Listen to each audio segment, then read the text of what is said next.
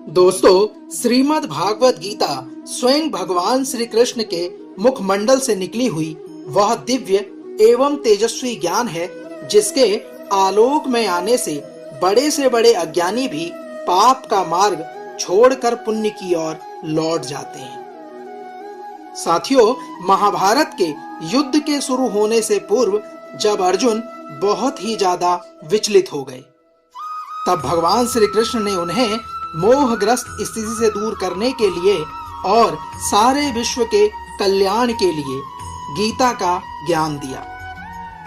श्रीमद् भागवत गीता का ज्ञान, जिससे अर्जुन को दिव्य ज्ञान और तृतीय नेत्र खुलने की स्थिति का पता चला, जिसके बाद वह युद्ध में शामिल हुए। दोस्तों, श्रीमद् भागवत गीता में कुल 18 अध्याय हैं और सभी के सभी अपने आप में एक विषय, वस्तु और दिव्य ज्ञान को समेटे हुए हैं। नमस्कार दोस्तों, आध्यात्म के एक और नए अंक में आप सभी का हार्दिक स्वागत है। दोस्तों, कल हमने भगवान श्री कृष्ण के मुखार मंडल से निकले श्रीमद् भागवत गीता के 12वें अध्याय भक्ति योग का श्रवण किया, जिसमें भगवान श्री कृष्ण ने साकार और निराकार के उपासकों की उत्तमता का निर्णय और भगवत प्राप्ति के उपाय का वर्णन किया। इसी कड़ी में आज हम भगवान श्री कृष्ण के मुखार बिंदु से निकले और अर्जुन को कुरुक्षेत्र के मैदान में श्री कृष्ण द्वारा दिए गए श्रीमद् भागवत गीता के ज्ञान का 13वां अध्याय श्रवण करेंगे।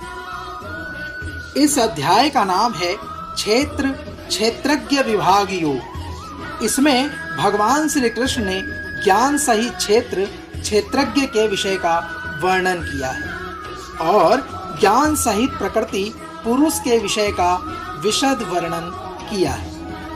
अर्थात स्थिति, ज्ञान, आत्मा, परमात्मा और पंच तत्वों का रहस्यमयी ज्ञान इसमें प्रकाशित किया गया है। तो आइए प्रारंभ करते हैं।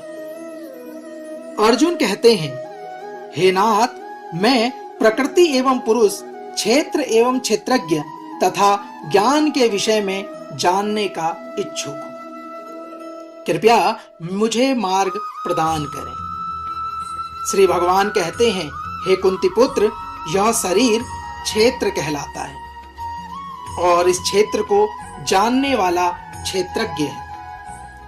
हे भरतवंशी अर्जुन, तुम्हें ज्ञात होना चाहिए कि मैं भी समस्त शरीरों में ज्ञाता भी हूँ और इस शरीर तथा इसके ज्ञाता को जान लेना ज्ञान कहलाता है, ऐसा मेरा मत है। श्री कृष्ण आगे कहते हैं, हे पार्थ, अब तुम मुझसे यह सब संक्षेप में सुनो कि कर्म क्षेत्र क्या है, यह किस प्रकार बना है, इसमें क्या परिवर्तन होते हैं और कहां से यह उत्पन्न होता है, इस कर्म क्षेत्र को जानने वाला कौन है और उसके क्या प्रभाव हैं। भगवान श्री कृष्ण अर्जुन को कहते हैं कि हे कुंती पुत्र, विभिन्न वैदिक ग्रंथों में विभिन्न ऋषियों ने कार्यकलापों के क्षेत्र तथा उन कार्यकलापों के ज्ञाता के ज्ञान का वर्णन किया है। इसे विशेष रूप से वेदांत सूत्र में कार्यकरण के समस्त तर्क समेत प्रस्तुत किया गया है। हे कुंती पुत्र, पंच महाभूत, अहंकार, बुद्धि, अव्यक्त, 10 इंद्रियां तथा मन, 5 इंद्रिय विषय, इच्छा, द्वेष, सुख, दुख, संघात, जीवन के लक्षण तथा धैर्य, इन सब को संक्षेप में कर्म का क्षेत्र तथा उनकी अनंत क्रियाएं कहा जाता है। हे अर्जुन, विनम्रता, दंभहीनता, अहिंसा, सहिष्णुता, सरलता, प्रामाणिक गुरु के पास जाना, पवित्रता, स्थिरता, आत्मसंयम, इंद्रिय तृप्ति के विषयों का परित्याग, अहंकार का अभाव, जन्म और मृत्यु, वृद्धावस्था तथा रोगों के दोषों की अनुभूति, वैराग्य, संतान, स्त्री, घर तथा अन्य वस्तुओं की ममता से मुक्ति, अच्छी तथा बुरी घटनाओं के प्रति संभाव, मेरे प्रति निरंतर अनन्य भक्ति, एकांत स्थान में रहने की इच्छा, जन समूह से बिलगाव, आत्म साक्षात्कार की महत्वता को स्वीकारना तथा परम सत्य की दार्शनिक खोज, इन सबको मैं ज्ञान घोषित करता हूँ और इसके अतिरिक्त जो भी है वह सब अज्ञान है।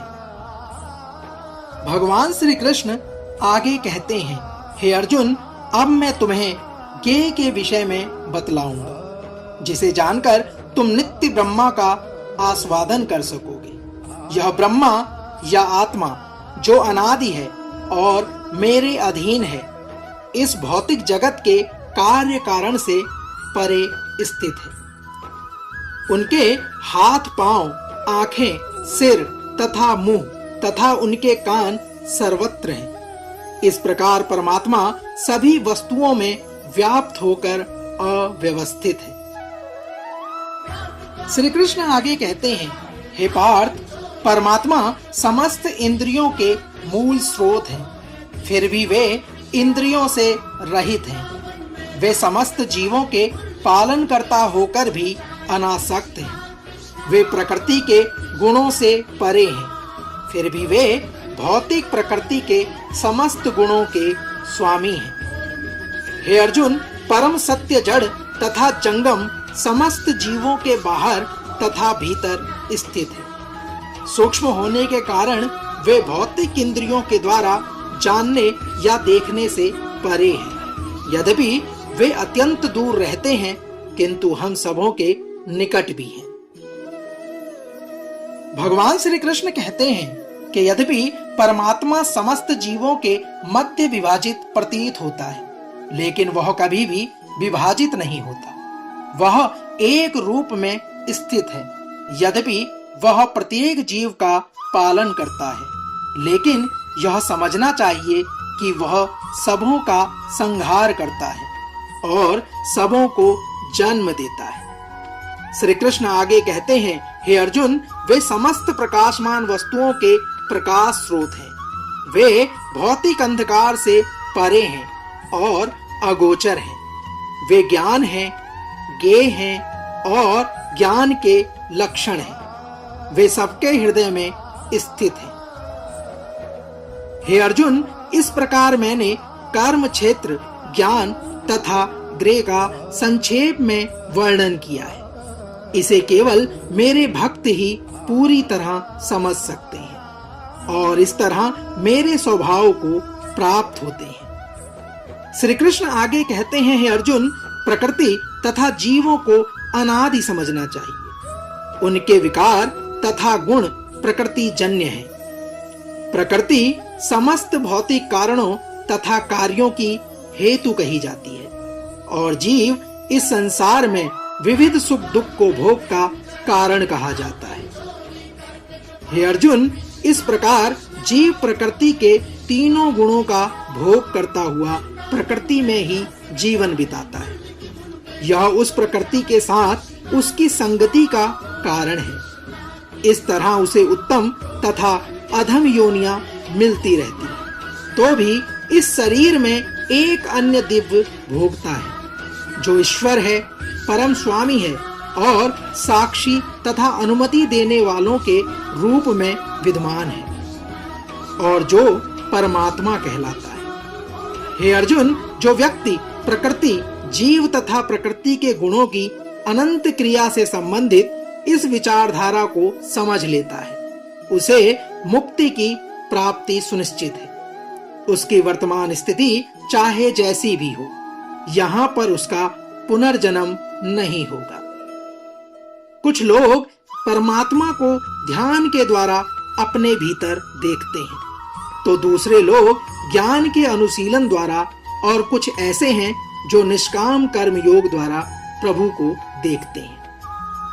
हे अर्जुन, कुछ ऐसे भी लोग हैं जो यद्यपि आध्यात्मिक ज्ञान से अवगत नहीं होते, पर अन्यों से परम पुरुष के विषय में सुनकर उनकी पूजा करने लगते हैं। ये लोग भी प्रामाणिक पुरुषों से श्रवण करने की मनोवृत्त होने के कारण जन्म तथा मृत्यु के पथ को पार कर जाते हैं। श्री कृष्ण कहते हैं, हे भरतवंशियों में श्रेष्ठ, यह जान लो कि चर तथा अचर जो भी तुम्हें अस्तित्व में दिख रहा है वह कर्म क्षेत्र तथा क्षेत्र के ज्ञाता का संयोग मात्र है।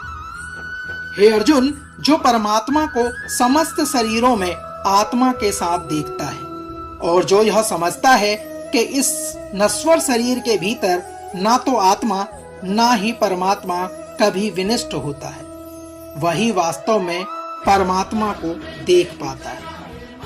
जो व्यक्ति परमात्मा को सर्वत्र तथा प्रत्येक जीव में समान रूप से वर्तमान देखता है वह अपने मन के द्वारा अपने आप को भ्रष्ट नहीं करता। इस प्रकार वह दिव्य गंतव्य को प्राप्त करता है। हे अर्जुन, जो यह देखता है कि सारे कार्य शरीर द्वारा संपन्न किए जाते हैं जिसकी उत्पत्ति प्रकृति से हुई है, और जो देखता है कि आत्मा कुछ भी नहीं करती, वही यथार्थ में देखता है। जब विवेकवान व्यक्ति विभिन्न भौतिक शरीरों के कारण विभिन्न स्वरूपों को देखना बंद कर देता है और यह देखता है कि किस प्रकार से जीव सर्वत्र फैले हुए हैं, तो वह ब्रह्म बोध को प्राप्त होता है। हे अर्जुन, शाश्वत दृष्टि संपन्न लोग यह देख सकते हैं कि अविनाशी आत्मा दिव्य, शाश्वत तथा गुणों से अतीत है। हे अर्जुन, भौतिक शरीर के साथ ही संपर्क होते हुए भी आत्मा ना तो कुछ करती है और ना ही कुछ लिप्त होता है। यद्यपि आकाश सर्वव्यापी है, परंतु अपनी सूक्ष्म प्रकृति के कारण किसी वस्तु में लिप्त नहीं होती। इसी तरह ब्रह्म दृष्टि में स्थित आत्मा शरीर में स्थित रहते हुए भी शरीर से लिप्त नहीं होती। हे भरतपुत्र अर्जुन, जिस प्रकार सूर्य अकेले इस सारे ब्रह्मांड को प्रकाशित करता है, उसी प्रकार शरीर के भीतर स्थित एक आत्मा सारे शरीर को चेतना से प्रकाशित करती है। जो लोग ज्ञान के चक्षुओं से शरीर तथा शरीर के ज्ञाता के अंतर को देखते हैं और भवबंधन से मुक्ति की विधि को भी जानते हैं, उन्हें परम लक्ष्य प्राप्त होता है। दोस्तों, तो यह था भगवान श्री कृष्ण के श्रीमुख से निकला श्रीमद् भागवत गीता का 13वां अध्याय क्षेत्र क्षेत्रज्ञ विभाग योग का सार। अगले अंक में भगवान श्री कृष्ण के मुखारबिंद से निकले और अर्जुन को कुरुक्षेत्र के मैदान में दिए गए श्रीमद् भागवत गीता के 14वें अध्याय को आपके बीच में लेकर एक बार पुनः होगी आपसे मुलाकात। तब तक जय श्री कृष्ण, राधे राधे।